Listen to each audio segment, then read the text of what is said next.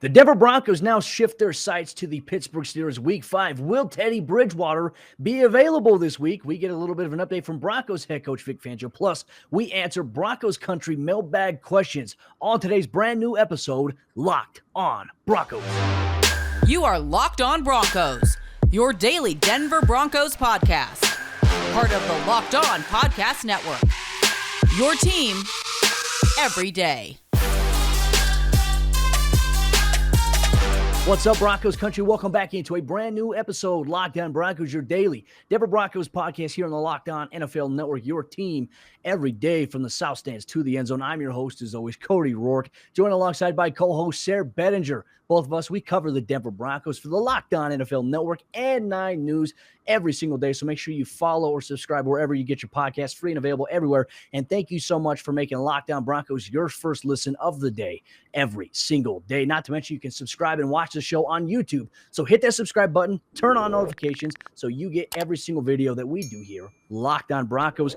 And today's episode show is brought to you by our good friends over there, rockauto.com. Amazing selection, reliably low prices, all the parts your car will ever need, rockauto.com. Sayre, my friend, it's great to see you. Obviously, we've had time to go back to watch the game, to let the loss of the Broncos against the Ravens on Sunday kind of sink in. Now we deal with a little bit of the aftermath. We look ahead to the Pittsburgh Steelers. And look, Broncos country, they want answers. They're angry, my friend, but great to see you. Great to see you too, Cody. Yeah, it feels like, during the first 3 weeks of the season, there was some type of major injury in every game. And here we are after a loss, and it feels like the Broncos are kind of on the mend a little bit. So interesting change of pace, but definitely not the preferred method. You don't want a loss to have to bring that about. So definitely tough to swallow. I mean, it's not easy, that first loss of the season, but you do have to get it out of the way at some point. And thankfully the Broncos are still 3-1, still got a very good chance at the postseason, historically speaking. So we'll see what happens this coming week. It's going to be interesting. Ben Roethlisberger, a completely different player, and the Broncos, frankly, could be a completely different team by Sunday in terms of the guys coming back. I think Ryan Edwards, good friend of the show, put it really well on social media. The Broncos weren't expected to go undefeated this season. That loss was going to come eventually, and there's going to be other losses this season. I mean, it's just the nature of the NFL. Unless they turn together a magical, historic, all of a sudden everything is fixed, everything is changed type of performance and mentality against some of the NFL's best teams. The expectation was Denver was never going to go 18-0 this season. So, the loss is out of the way. You can do, a couple things from what we said. You can either you can dwell on it or you can learn from it. So the Broncos, they have no time to feel sorry for themselves. Obviously, they are off on Tuesday to report to the team facility on Mondays to get treatment. We hear from Vic Fangio, and we get some good news on the injury side of things. He's mentioned that Patrick Surtain and Deontay Spencer, both those players are day-to-day. They're expected to be okay, which, collectively, take a big sigh of relief right there in terms of where the Broncos are at there. But right now, the biggest question is going to be, who's the quarterback this week, Sayre? And while we're not going to spin these controversies about quarterback this, quarterback that, for Teddy Bridgewater, he's in the NFL concussion protocol, and that is completely operated by an independent party, not of the National Football League, and they must follow that to a T, obviously with everything with concussions and things like that. So Teddy's going to have to undergo some testing. He's going to have to undergo some processes, and Vic Fangio had mentioned that he could be limited this week, potentially up until Friday. It really depends on where he's at, and obviously in his recovery from a concussion, which they can be tricky. They can take time. There's a chance he doesn't practice on Wednesday. There's a chance he might not practice on Thursday. But I think the best hope for the Broncos, Sayre, would be if he's limited on Wednesday, limited on Thursday, and maybe can come back full practice on Friday. The Broncos are going to need it. Look, I don't think that anybody can say that the offense looked different with Drew Lock versus Teddy Bridgewater. The offense, for some reason, every player, their body language, when Drew Lock came in, and I don't think this is really indicative of Drew Lock. I just think the situation, you're losing in a game, you lose, obviously, your leader that everybody in that locker room right now believes in, felt like a little demoralizing. And obviously the body language in that second half of the Broncos offense, it was a telling sign. Yeah, absolutely. And here's the thing to consider too for me, Cody.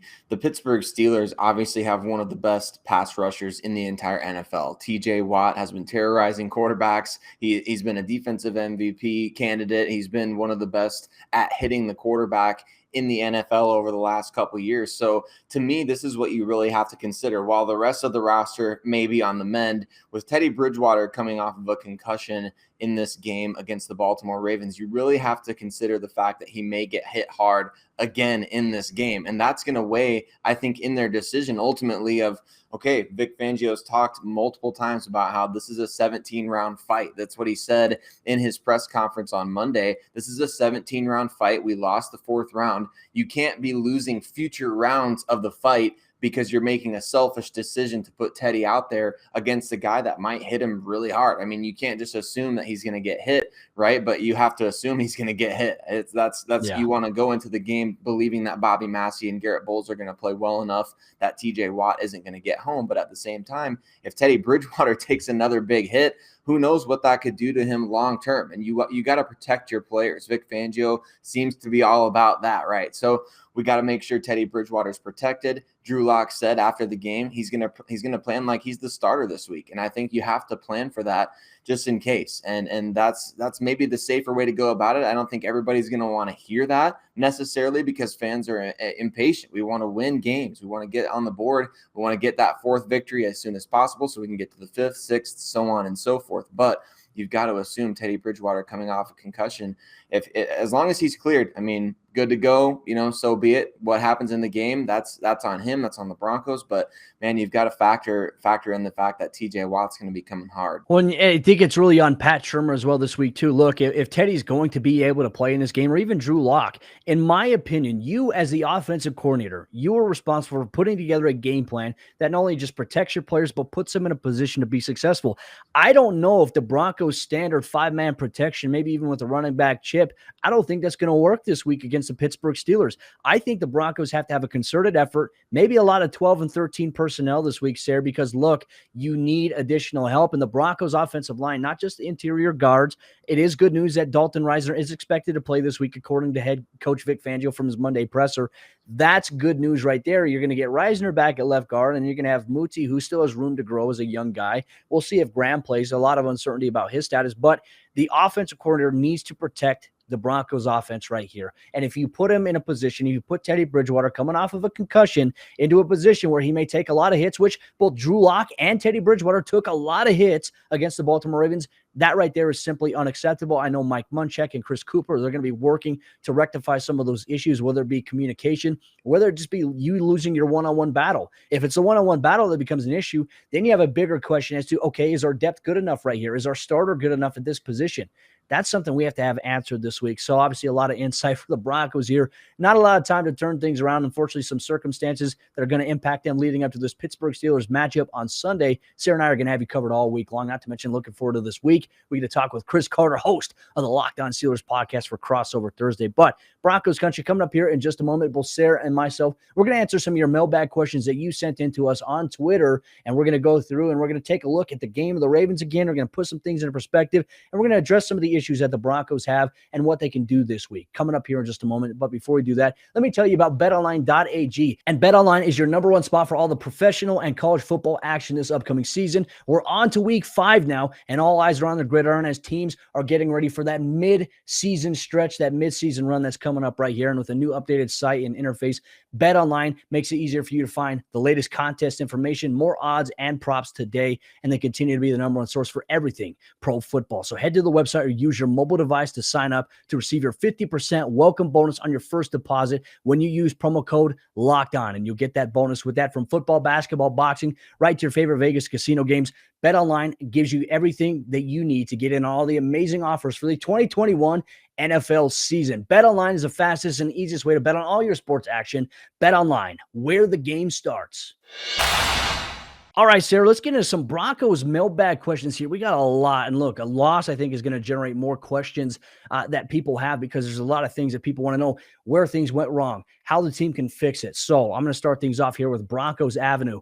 And they said, how can the Broncos approach the film room in practice this week to better prepare themselves for Pittsburgh after what happened on Sunday? Sayre, I hate to be cliche, but look, really, it's okay. We got to go back. We got to watch the Ravens film. And that's what they did on Monday. They watched the film. You flush it out of your system. You identify, this is what we struggled on. And then you look at your opponent's film throughout the rest of the week. This is what they do well. This is maybe where we can have an advantage. And we have to take advantage of some of those matchups there. It's going to be tough, but that's really just a cliche answer every week. I don't think there's anything special they have to do this week. I just think that they need to understand that, On the offensive side of the ball, we have to figure out how we can run the ball and how we can stick with the run because, quite frankly, on Sunday against the Ravens, they abandoned it. And there's no good excuse. There's no reason why. And I know that's going to come up as well. But, Sayre, what mailbag question did you get from a member of Broncos country? Yeah, we got our boy Patrick. And it kind of goes in line with that, Cody. You're talking about specifically film study, how you make adjustments off film. But Patrick asks, what's the biggest adjustment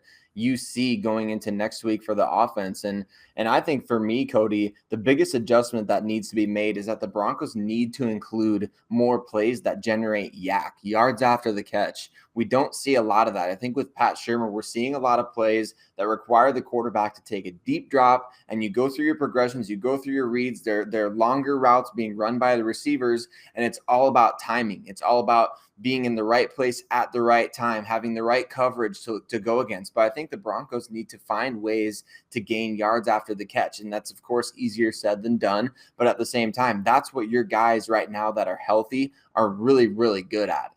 And so I just think they have to emphasize that one way or another. I think we saw a couple of times they tried to do that, getting a couple of plays where Noah Fant and Albert Okwuegbunam were going across the field, trying to get them exploiting man coverage. So I think Pat Shurmur's really got to do a better job with that. He's got to do it similarly with the running backs, I think, coming out of the backfield. And of course, that's a lot on the quarterbacks. We saw Drew Lock miss a couple of screen passes, one to Melvin Gordon, another one to Noah Fant that Fant actually caught, but it was just kind of poorly timed. It allowed the defense to really rush and get upfield. And I just think that the timing is off on these type of things. And Pat Shurmur's doing too many plays that are long developing. The quarterbacks are getting hit as a result of it. So I think you got, like you said earlier, quick hitting pass plays, get the yak involved. But I'm interested to know, what are your thoughts specifically on that topic? What do they need to do differently based on what we've seen so far? Well, I think it's just adapting. What are we good at? What are we not good at, right? And I'm eager for a conversation tomorrow with Tim Jenkins when we get the All-22 and he goes back and watches it and does his film breakdowns. Just really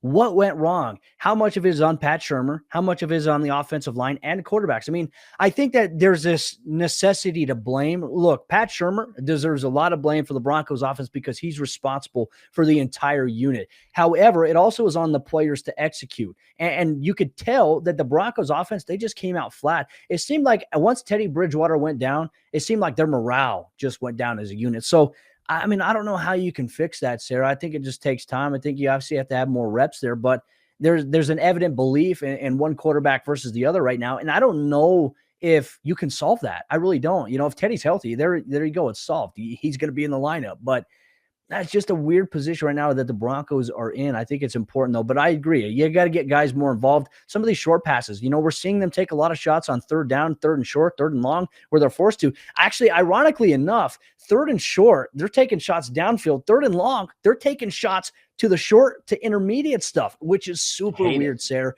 It's like the most maddening thing in the world. And look, I get it. You're limited because the defense will show you different things, and you have to give what the defense takes you. But it's just an odd kind of reverse imbalance right there for the Broncos on the offensive side of the ball. Speaking of the offensive side, Broncos Insight on Twitter asks us, what do you do about the offensive line? I get that there were injuries to the guards, but the line looked bad the first 3 weeks as well. I want to pinpoint and provide clarity on here. I feel like the Broncos offensive line through the first couple of weeks, I actually thought they looked pretty well. There's a couple of times where guys got inside pressure, and obviously you had a couple of breakdowns here and there. That's the nature of the game, but for the most part, I didn't see as many of the issues in those first 3 weeks of the season for the Broncos offensive line as we saw in week 4. I mean, we were talking about a time, hey, look, Teddy Bridgewater has all this time to sit in the pocket and deliver strikes against pressure. And that is exactly what happened. And so I think that this is a week where we really saw things kind of go backwards for the Broncos in that regard. I think so too. It was tough to watch too, because the Ravens were getting pressure from all angles. I think I saw in the box score, they finished with 11 hits, 4 sacks. I mean, that's something I know Garrett Bowles really took upon himself at the end of the game, right? In his post-game press conference, he took the loss upon himself. And Vic Fangio said on Monday, he's got to play better, specifically in pass protection. I think that's really it. It's not necessarily a thing of just technique. It's not necessarily just being out. It's just flat out being outplayed. You got outplayed by guys, and credit to Odafe Owe, man. We talked about him leading up to the game last week, and he's obviously been one of the best rookies in the entire NFL, and he's a freak of nature athletically. So you're bound to struggle with a guy like that. That's really just white hot. I mean, you look at any other sport, if a 3-point shooter in basketball is hot, they're just going to hit threes no matter who's guarding them. If a baseball player has been on a hot streak hitting home runs and extra base hits, they're going to stay hot. It doesn't matter who you throw at them in terms of pitching or defense or whatever it is.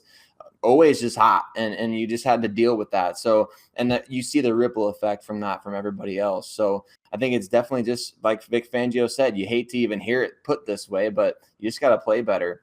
I got a question from, oh yeah. No, I agree with you there completely.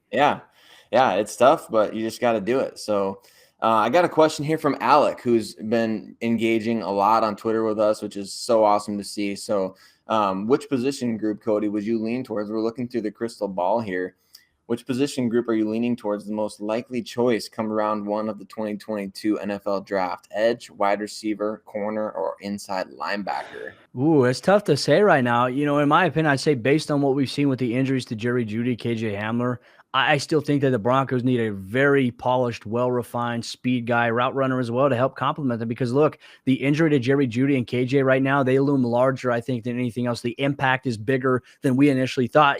We talked about initially. It sucks losing those guys, but you know what? You have Tim Patrick, you have Cortland Sutton, and you got these young guys that are going to be expected to step up. But, dang, did they really miss them on Sunday against the Baltimore Ravens? The Broncos, just going back and watching the film, they don't have a single person right now that can create separation, with their route. You throw in these jump balls and these contested balls to Tim Patrick, Cortland Sutton. They have nobody to get open, to scheme themselves open.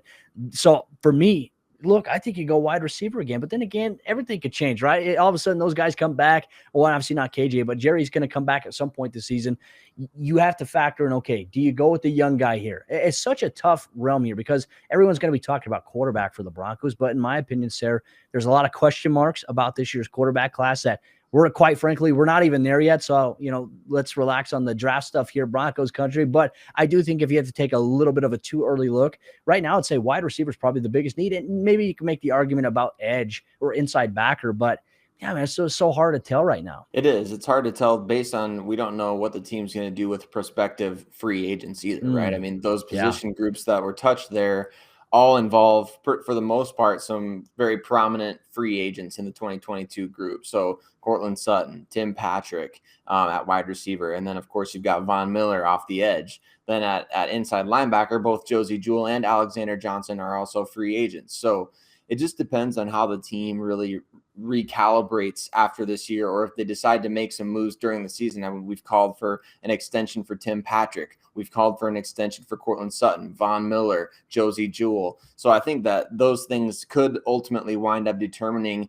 the direction they go. But for me, Cody, you've always got to look to what's the deepest position in the draft. And of course, this year's class looks very good off the edge. It looks very good at wide receiver. So those are two positions that I would say you definitely want to prioritize earlier on. But I think right tackle needs to get some love there as well. I don't think Bobby Massey is going to be the starting right tackle for the Denver Broncos next year unless he has a huge turnaround this season. So in that case, I don't know that the right tackle that will start next year is on the roster. So I think that could be a position as well that you look at early in next year's draft if you don't trade your picks for Aaron Rodgers, right?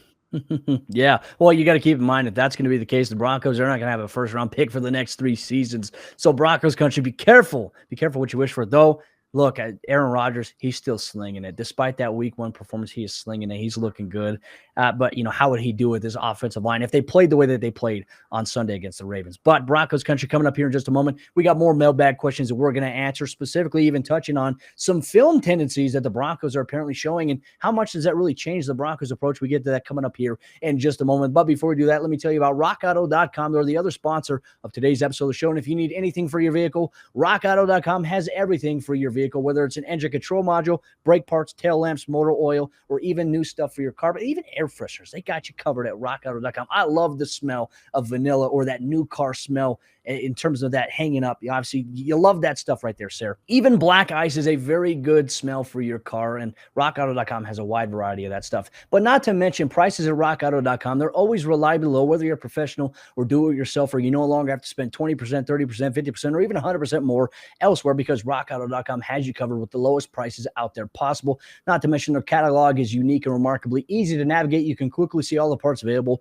for your car or truck based on year, make, model, brands, specifications, and even the prices you prefer, all at rockauto.com. So head to rockauto.com right now to see all the parts available for your car or your truck. Right, Lockdown Broncos in there. How did you hear about us box, so that they know that we sent you. Amazing selection, reliably low prices, all the parts your car will ever need. rockauto.com.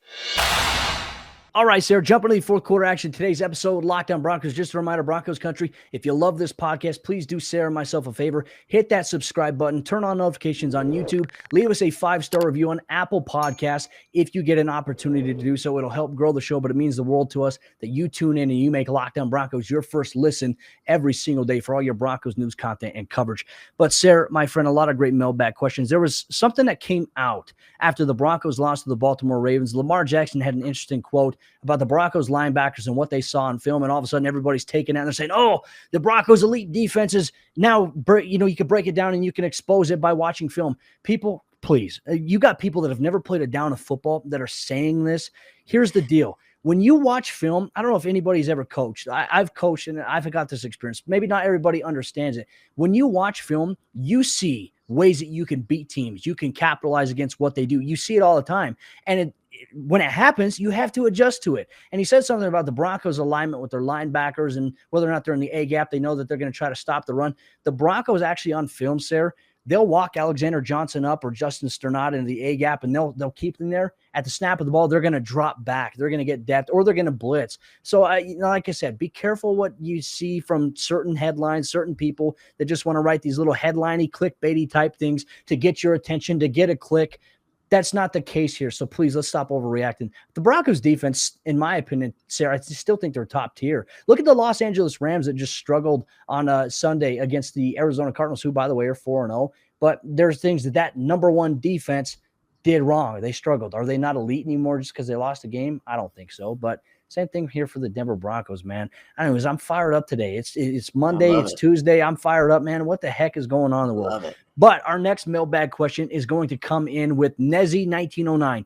With our run game working so well early yesterday and a beat-up wide receiving room, why didn't the Broncos lean on it harder? Surely it's easier for a young offensive line to get out and run block than it is from the pass block against the Ravens front seven.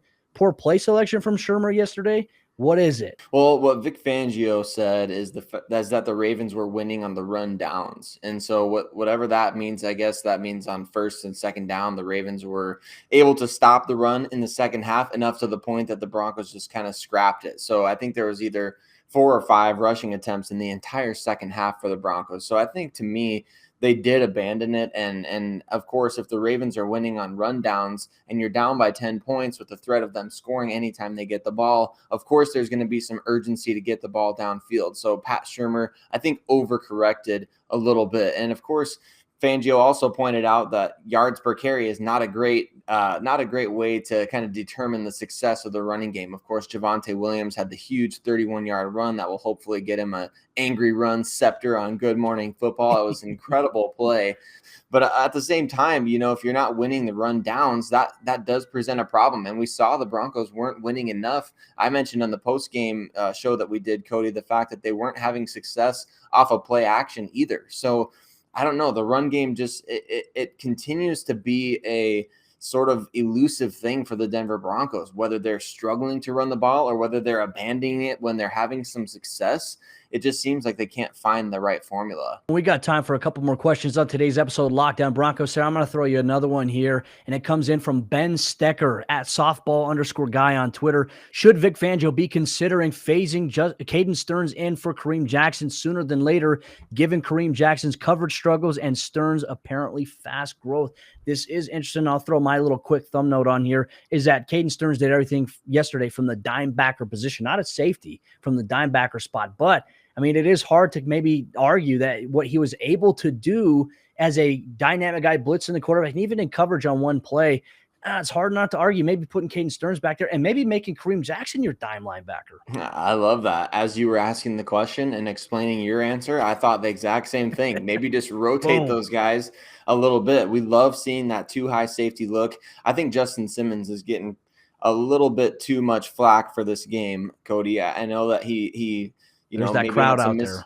There is. And there may have been some miscommunications, as Simmons alluded to in his post-game press conference. But at the same time, he also made a few of the best plays for the defense in this game. So I think he's getting harped on pretty hard because, like you said earlier, Cody, everybody's looking for a reason to blame a loss on somebody. But I like this idea a little bit. Kareem Jackson does excel playing in the box. And Caden Sterns is obviously extremely athletic. He made one of the most athletic plays on the field yesterday for either side when he broke up that deep ball from Lamar Jackson. So I wouldn't hate actually seeing that. That could be interesting. Maybe we unveiled Vic Fangio's game plan this week a little too early. Who knows? But I would love to see that here. But Sayre, final question on today's episode, Locked On Broncos. Just a reminder, thank you so much to everybody that sent in their questions. We get a lot, so sometimes we don't get to answer every single one of them. We try our best here. And we're going to finalize things here with Chase Wellner. He says, I've heard concerns about Noah Fant's effort on Sunday. Personally, I had a hard time watching closely enough to notice.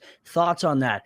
Sayre, for me, quickly, I didn't really see that issue with Noah Fant. Like I said, I think it goes back to the entire offense. Once Teddy went down, I felt like everybody's morale in their head just dropped. Not just Noah Fant. I just felt like Fant was frustrated because there were a couple throws, either one too high or one too low in the dirt for him in this action here. He's had opportunities to get open, and then when he's been open, quarterbacks have had a hard time hitting him. So I think maybe that's where we see Fant's frustration or the lack of effort, but I didn't see that with Noah Fant on Sunday. I didn't either, Cody. And I think, not to hurt ourselves, patting ourselves on the back here, but we talked about Noah Fant needing to be featured in this game. And of course, he led the team with 10 targets. So the Broncos were trying to force feed it to Noah Fant a little bit. And I like that. I like that they're doing that. I think the big miss from Teddy Bridgewater early on, where he hit the Ravens defender in the back as Fant was running the route down the left sideline there, that was a big time miss early in this game. And Fant was actually kind of rolling a little bit. I think that he was getting open and he was doing a great job. So I don't think effort is in question for him. Of course, we know that he's had kind of issues with the ankle over the last year or so. So that could be a factor. If it looks like he's giving poor effort, maybe he's actually just hurting on that ankle. So I think that we're seeing some good things from Fant. I think that he's kind of adapted his game to, if he is playing hurt, he's adapted himself well. So I definitely want to see more from him, though. Continually, the Broncos, there's no reason why he shouldn't be getting 8 to 10 targets every single game. He's a mismatch in the passing game. And again, get him some yak opportunities. That's what he's great at.